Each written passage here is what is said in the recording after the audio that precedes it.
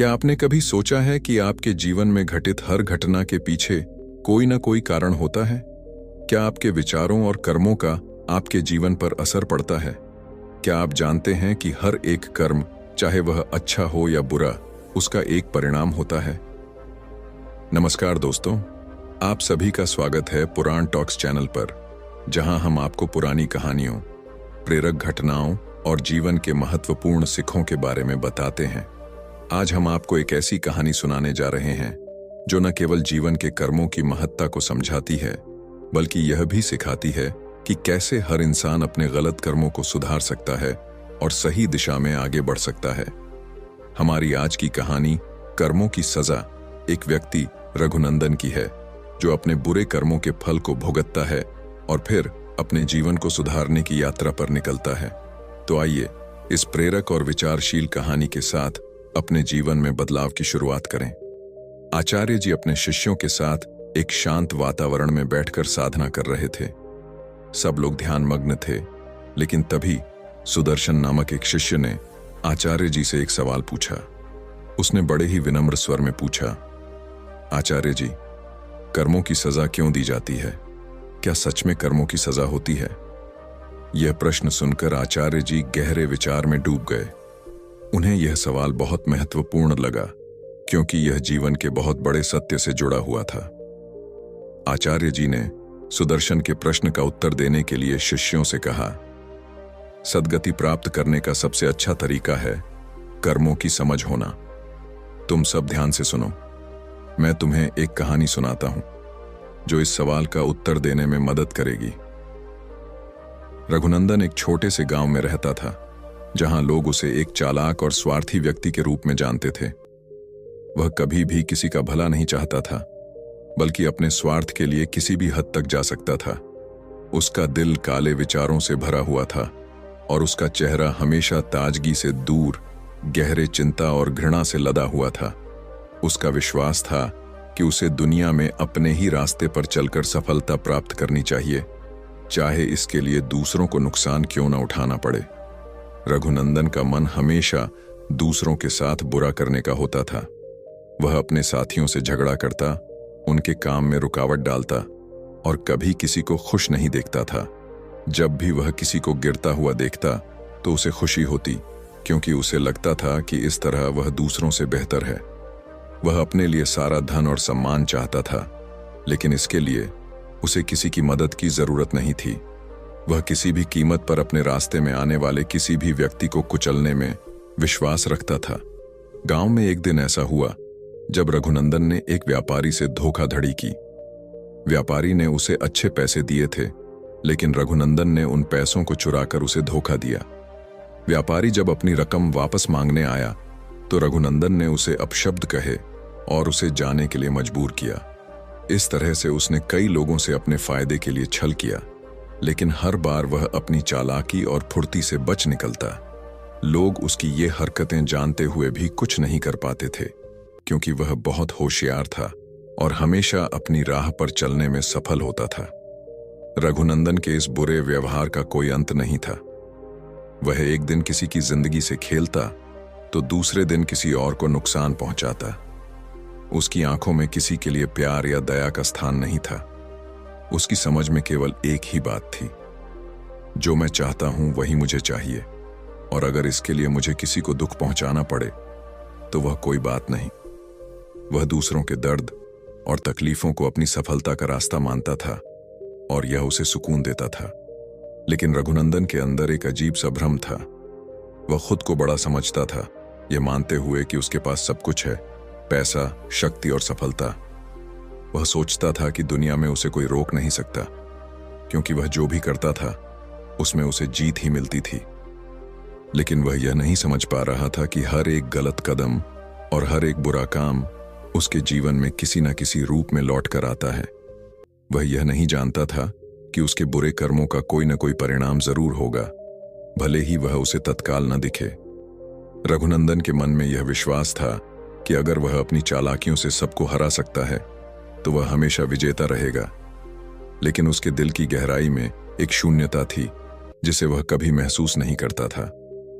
आत्मा में सुकून और शांति की कोई जगह नहीं थी। क्योंकि वह हमेशा दूसरों को चोट पहुंचाने में लगा रहता था। उसका आत्मविश्वास उसकी बुरी आदतों और विचारों पर आधारित था, और इसी कारण उसकी जिंदगी में कोई ठहराव या वास्तविक खुशी नहीं थी। समय बीतता गया और रघुनंदन ने अपने कर्मों के परिणामों के बारे में सोचा भी नहीं। वह अपनी ही दुनिया में खोया हुआ था, जहां सिर्फ उसे ही सब कुछ सही लगता था।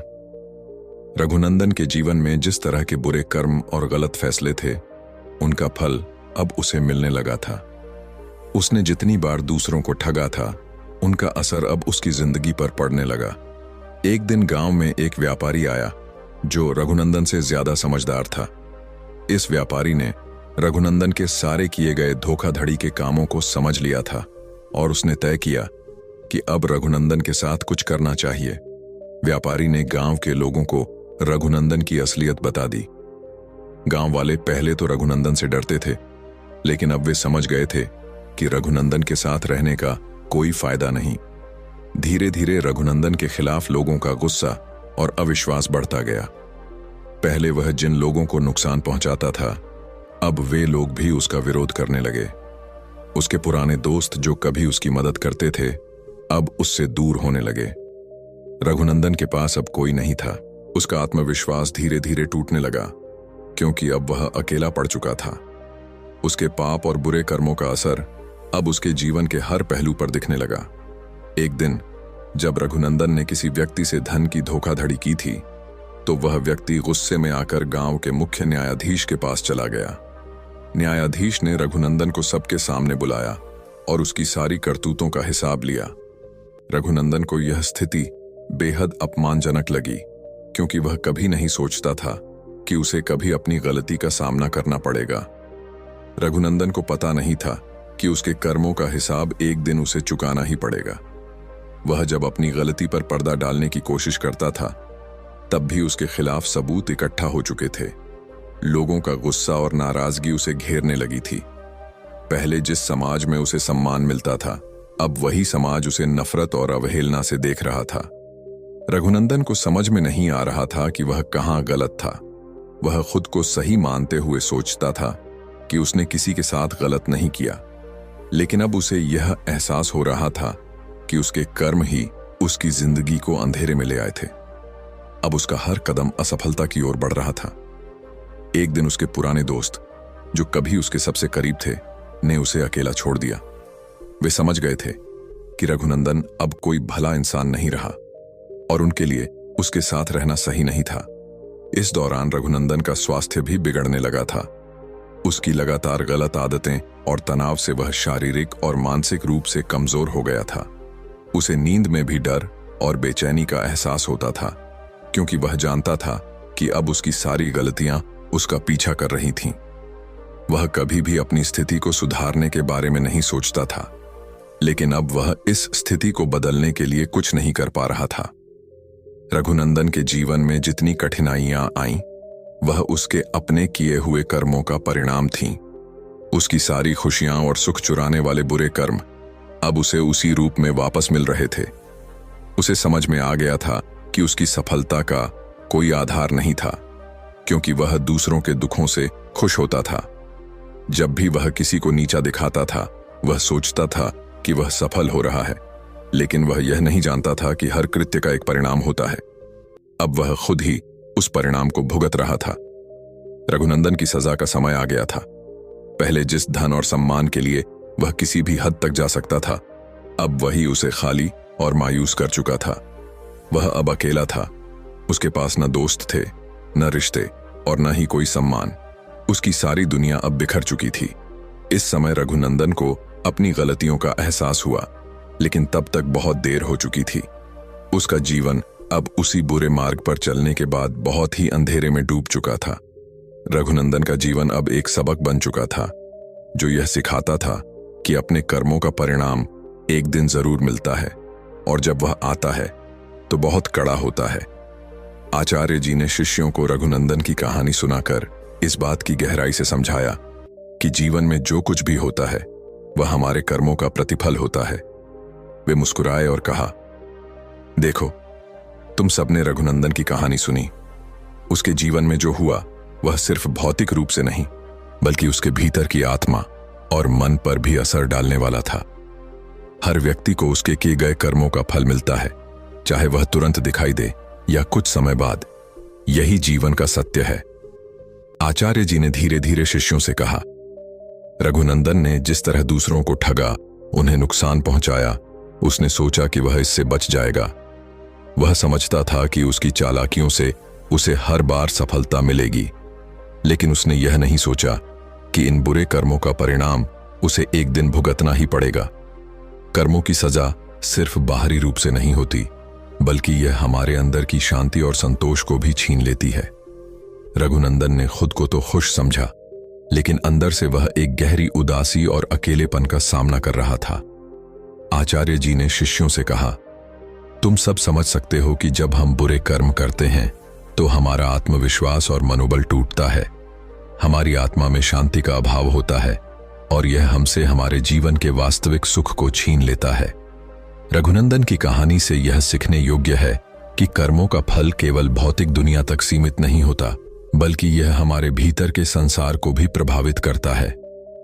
एक व्यक्ति अपने मन और आत्मा के स्तर पर भी दंड भुगतता है, जो उसके आंतरिक शांति और संतोष की हानि करता है। आचार्य जी ने आगे कहा, जब हम अच्छे कर्म करते हैं तो न सिर्फ हमें बाहरी दुनिया में सुख मिलता है, बल्कि हमारे मन और आत्मा में भी शांति और संतोष का अनुभव होता है। अच्छे कर्म हमें हमारे आंतरिक संघर्षों से मुक्त करते हैं और जीवन को एक नया दृष्टिकोण देते हैं। हम जब दूसरों की मदद करते हैं, उनकी भलाई चाहते हैं, तो यह न केवल उन्हें लाभ पहुंचाता है, बल्कि हमारे खुद के जीवन में भी सकारात्मक ऊर्जा का संचार करता है। यही कारण है कि अच्छे कर्म हमारे जीवन के लिए महत्वपूर्ण हैं। आचार्य जी ने शिष्यों से कहा, कर्मों का नतीजा कभी न कभी सामने आता है।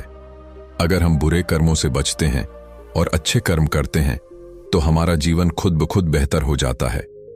रघुनंदन का जीवन इसका उदाहरण है। उसने सोचा था कि बुरे कर्मों से वह अपने लक्ष्य को प्राप्त कर लेगा, लेकिन अंत में उसे वही कर्म उसे उसकी शांति और सुख से वंचित कर गए। इसीलिए हमेशा अच्छे कर्म करो, क्योंकि अच्छे कर्म ही जीवन में सच्चा सुख और शांति लाते हैं। आचार्य जी ने अपनी बात समाप्त करते हुए कहा, ध्यान रखो, जीवन में जो कुछ भी हम करते हैं उसका प्रतिफल हमें जरूर मिलता है। इसलिए हमें सदैव अच्छे कर्म करने चाहिए, ताकि हम न केवल इस दुनिया में बल्कि अपने भीतर भी शांति और संतोष का अनुभव कर सकें। शिष्यों ने ध्यान से सुना और उनके दिलों में आचार्य जी की बात गहरे तक समा गई। उन्हें अब यह समझ में आ गया था कि जीवन में हर कार्य का परिणाम होता है और वही परिणाम हमारे जीवन के रास्ते को तय करता है। रघुनंदन के जीवन में एक मोड़ आया जब उसे अपनी गलतियों का एहसास हुआ। उसकी सारी बुराई और स्वार्थी हरकतों का नतीजा अब उसे भुगतना पड़ा था। वह पूरी तरह से अकेला और बर्बाद हो चुका था, लेकिन अब वह महसूस कर रहा था कि उसने अपने जीवन के सबसे महत्वपूर्ण समय को गलत राह पर बिताया था। रघुनंदन को यह समझ में आ गया था कि उसे अब अपने जीवन को बदलने की आवश्यकता है। उसने ठान लिया कि वह अब अपने पुराने कर्मों को सुधारने की कोशिश करेगा, ताकि उसका जीवन सही दिशा में जाए। रघुनंदन ने अपने पहले कदम के रूप में अपनी गलती स्वीकार की और यह मान लिया कि उसने दूसरों को नुकसान पहुंचाया था। यह उसके लिए आसान नहीं था, क्योंकि अब उसे उन सभी लोगों के चेहरे याद आ रहे थे जिनसे उसने धोखाधड़ी की थी, जिनके साथ उसने बुरा व्यवहार किया था। उसे यह महसूस हो रहा था कि उसने अपने स्वार्थ के लिए जिनकी मदद ली थी, उन्हीं को उसने चोट पहुंचाई थी। अब जब वह अकेला था तो उसकी आत्मा में एक खालीपन और दुख का एहसास था। लेकिन रघुनंदन ने हार नहीं मानी। उसने निर्णय लिया कि अब वह अपने पुराने कर्मों को सुधारने के लिए कुछ अच्छा करेगा। वह पहले उन लोगों से मिलने गया जिनसे उसने गलत किया था। उसने एक एक करके सबको अपनी गलती के बारे में बताया और उनसे माफी मांगी। इस प्रक्रिया में उसे बहुत कठिनाई हुई, क्योंकि कुछ लोग अब भी उससे नफरत करते थे, लेकिन धीरे धीरे वह अपने काम में सफल होने लगा। लोग उसकी ईमानदारी और प्रयासों को देखकर उसे माफ करने लगे। रघुनंदन ने सोचा कि सिर्फ शब्दों से ही बदलाव नहीं आएगा, बल्कि उसे अपनी क्रियाओं से भी बदलाव लाना होगा। उसने तय किया कि वह अब सिर्फ अपने भले के बारे में नहीं सोचेगा, बल्कि दूसरों की मदद करेगा और समाज में अच्छाई फैलाने का प्रयास करेगा। वह गांव के गरीबों की मदद करने लगा, उनके लिए खाना, कपड़े और अन्य जरूरी सामान जुटाने लगा। पहले जहां वह अपने स्वार्थ के लिए जीता था, अब वह दूसरों की भलाई के लिए काम करने लगा। सुधार की इस यात्रा में रघुनंदन को कई मुश्किलें आईं।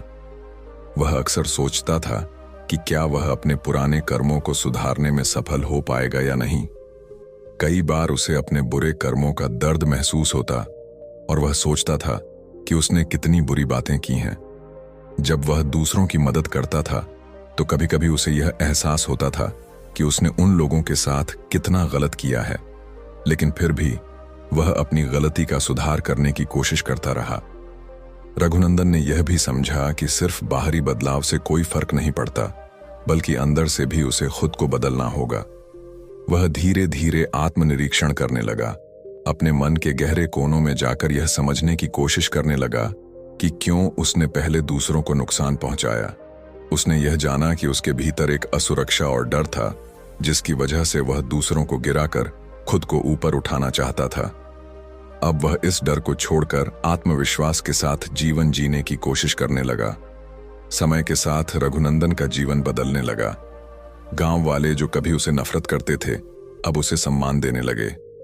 उन्होंने देखा कि वह अब एक सच्चे इंसान की तरह जीने लगा था। रघुनंदन के आत्मविश्वास में भी वृद्धि हुई और अब वह दूसरों की मदद करने में खुद को आनंदित महसूस करने लगा। उसे अब एहसास हुआ कि अपने बुरे कर्मों को सुधारने से उसे जो आंतरिक शांति मिली, वह बाहरी दुनिया से कहीं ज्यादा मूल्यवान थी।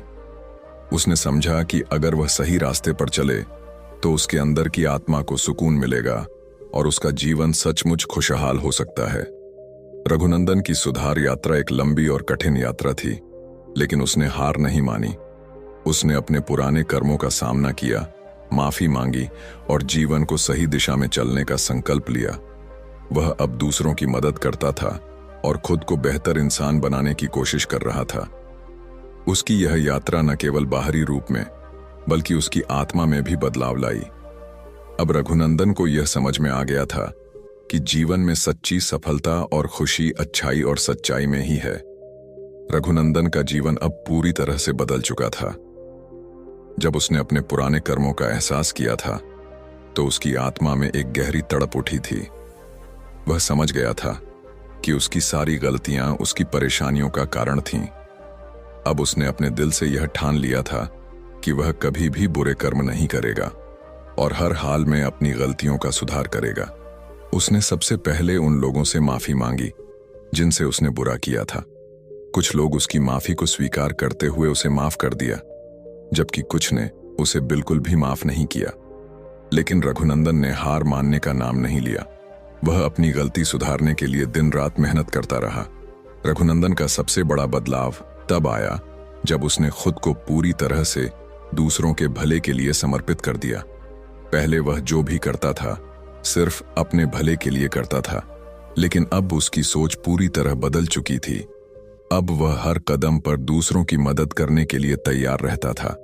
उसने गांव के निर्धन लोगों की मदद शुरू की, उन्हें खाने के लिए भोजन दिया, बच्चों को पढ़ने के लिए किताबें दी और वृद्धों की देखभाल की। उसने यह समझ लिया था कि दूसरों की मदद करने से उसका मन शांत होगा और उसकी आत्मा को सुकून मिलेगा। अब वह खुद को आत्मसंतुष्ट और खुशी महसूस करने लगा था। रघुनंदन को यह महसूस हुआ कि वह पहले जो कुछ भी करता था वह सिर्फ अपने स्वार्थ के लिए था, लेकिन अब वह जो कुछ भी कर रहा था वह सिर्फ दूसरों के भले के लिए था। जब वह किसी जरूरतमंद को मदद करता था तो उसे महसूस होता था कि उसके अंदर एक गहरी खुशी और संतोष का एहसास हो रहा है। उसे यह समझ में आ गया था कि जीवन में असली सुख दूसरों की मदद करने में ही है। रघुनंदन की सुधार यात्रा में एक और महत्वपूर्ण बदलाव आया। पहले वह अपने पापों और गलतियों के कारण बहुत दुखी और अकेला महसूस करता था, लेकिन अब वह अपने कर्मों के सुधार में व्यस्त था और उसे अपने जीवन में बदलाव महसूस होने लगा। जब भी वह किसी की मदद करता तो उसे यह एहसास होता था कि वह अपने पुराने कर्मों का प्रतिकार कर रहा है। उसने यह जाना कि बुरे कर्मों का फल हमें भले ही देर से मिलता है, लेकिन अच्छे कर्मों का नतीजा हमें जल्दी मिलता है, और वह अब यह अनुभव कर रहा था। अब रघुनंदन का जीवन एक नए दिशा में बदल चुका था। पहले जहां वह दूसरों से धोखाधड़ी और झूठ बोलकर अपना स्वार्थ साधता था, अब वह अपने कामों से दूसरों की मदद करता और समाज के भले के लिए काम करता। उसने जो भी किया उसे पूरी ईमानदारी और निष्ठा से किया। उसे अब यह एहसास हो गया था कि अगर हम अपने कर्मों को सही दिशा में लगाते हैं तो जीवन में सच्ची सफलता और संतोष मिलता है। रघुनंदन के जीवन में सबसे बड़ा परिवर्तन तब आया जब गांव के लोग उसे एक आदर्श इंसान मानने लगे। पहले जब वह बुरा इंसान था तो लोग उससे दूर भागते थे, लेकिन अब जब वह अच्छे कर्म करने लगा तो लोग उसे सम्मान देने लगे। उसने यह समझ लिया था कि जो कुछ भी हमारे साथ होता है वह हमारे अपने कर्मों का फल होता है। जब हम अच्छे कर्म करते हैं तो हमें अच्छा फल मिलता है, और जब बुरे कर्म करते हैं तो उसका फल हमें भी भुगतना पड़ता है। रघुनंदन ने यह भी जाना कि सुधार की प्रक्रिया कभी खत्म नहीं होती। वह हमेशा खुद को बेहतर इंसान बनाने की कोशिश करता रहा। उसे यह समझ में आ गया था कि जीवन एक निरंतर यात्रा है और इसमें हर दिन हमें अपनी गलतियों को सुधारने और सही दिशा में आगे बढ़ने की कोशिश करनी चाहिए। अब रघुनंदन अपने जीवन को एक मिशन की तरह जीता था, जहां उसका मुख्य उद्देश्य दूसरों की मदद करना और खुद को एक बेहतर इंसान बनाना था। रघुनंदन के जीवन का यह अंतिम परिवर्तन न केवल उसके बाहरी व्यवहार में था, बल्कि उसके भीतर भी गहरी शांति और संतोष का अनुभव हो रहा था। उसे अब यह समझ में आ चुका था कि अपने कर्मों का सुधार करना ही असली खुशी का मार्ग है। जब वह अपने कर्मों का परिणाम देखता तो उसे यह एहसास होता कि वह सही रास्ते पर है। अब रघुनंदन का जीवन एक प्रेरणा बन चुका था, और उसने अपने जीवन के सबसे बड़े सबक को सीखा था कि किसी भी परिस्थिति में हमें कभी हार नहीं माननी चाहिए और हमेशा अच्छे कर्मों का रास्ता चुनना चाहिए। आचार्य जी ने शिष्यों को कहानी का समापन करते हुए कहा, तुम सभी ने रघुनंदन की कहानी ध्यान से सुनी। यह कहानी सिर्फ एक व्यक्ति की नहीं, बल्कि हर व्यक्ति के जीवन की सच्चाई है। जैसे रघुनंदन ने अपनी गलतियों को समझा और सुधारने की कोशिश की, वैसे ही हमें भी अपने कर्मों के परिणाम को समझना होगा। कर्मों की सजा और फल हमेशा उस व्यक्ति के अपने कर्मों के अनुसार होता है। कोई भी व्यक्ति चाहे जितना भी भाग्यशाली क्यों न हो, अगर वह बुरे कर्म करता है तो उसे उनका फल भोगना पड़ता है। आचार्य जी ने गहरी सांस ली और फिर कहा, जीवन में अच्छे कर्मों से ही मन और आत्मा को सुख मिलता है। जब हम दूसरों की भलाई करते हैं, जब हम सत्य और धर्म का पालन करते हैं, तो हम न सिर्फ बाहर से खुश होते हैं, बल्कि हमारे भीतर भी शांति और संतोष का अनुभव होता है। वहीं बुरे कर्मों से पाप और दर्द ही मिलता है। बुरे कर्मों का फल देर सवेर सामने आता है, और वह न केवल हमें बाहरी दुखों से घेरता है, बल्कि हमारी आत्मा को भी आहत करता है। आचार्य जी ने शिष्यों को ध्यान से देखा और कहा, रघुनंदन ने अपने बुरे कर्मों का फल भुगता और अंत में सुधार की राह अपनाई। उसने अपनी गलती को पहचाना, दूसरों से माफी मांगी और समाज में अच्छाई फैलाने का प्रयास किया।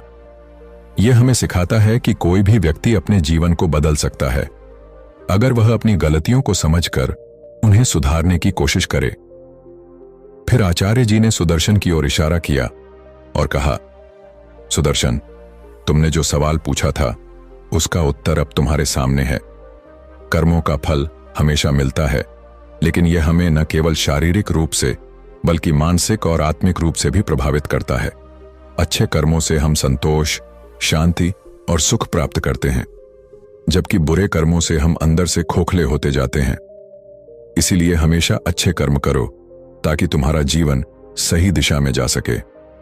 आचार्य जी ने फिर शिष्यों को समझाया, सच्चा धर्म यही है कि हम अपने कर्मों को समझें और जो भी हम करते हैं उसे सही तरीके से करें। अगर हम सही मार्ग पर चलेंगे तो जीवन में कोई भी कठिनाई हमें हरा नहीं सकती। इस संसार में कोई भी चीज स्थायी नहीं है, लेकिन अगर हम अच्छे कर्म करते हैं तो हमें न केवल इस जीवन में बल्कि आने वाले समय में भी शांति और सुख मिलेगा। कहानी का समापन करते हुए आचार्य जी ने कहा, अब तुम सभी को यह समझ में आ गया है कि जीवन का हर कर्म, चाहे वह छोटा हो या बड़ा, उसका कोई न कोई परिणाम होता है और यह परिणाम हमारे अपने कर्मों के आधार पर होता है। इसलिए हर समय यह सोचो कि तुम क्या कर रहे हो, क्योंकि वही तुम्हारे भविष्य को तय करेगा। सुदर्शन और अन्य शिष्य आचार्य जी की बातों को समझकर गहरे विचारों में डूब गए। सुदर्शन ने मन ही मन ठान लिया कि वह अब अपने जीवन में बदलाव लाएगा। उसने पहले जैसा जीवन जीने का निर्णय लिया था, लेकिन अब वह अच्छे कर्मों की ओर कदम बढ़ाएगा। उसने सोचा, अगर रघुनंदन अपनी गलतियों को सुधार सकता है तो मैं भी अपने जीवन को सही दिशा में मोड़ सकता हूं। मुझे अब अपने कर्मों के बारे में हमेशा सोच समझकर निर्णय लेना होगा। कहानी का समापन इस संदेश के साथ हुआ कि जीवन में हर व्यक्ति को अपने कर्मों का सही मूल्यांकन करना चाहिए। अच्छे कर्म न केवल हमें इस जीवन में खुशहाल बनाते हैं, बल्कि हमारी आत्मा को भी शांति और संतोष प्रदान करते हैं।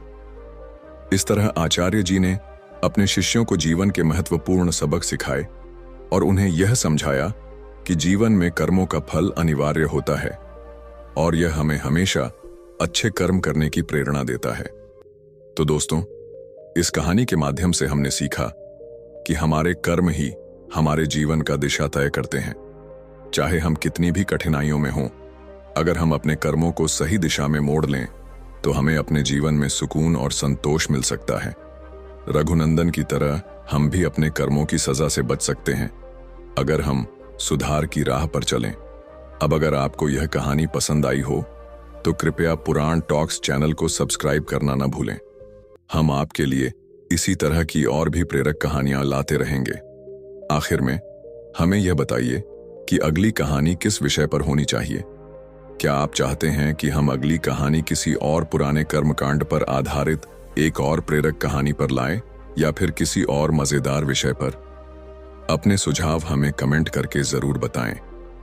धन्यवाद और अगली कहानी में फिर मिलते हैं।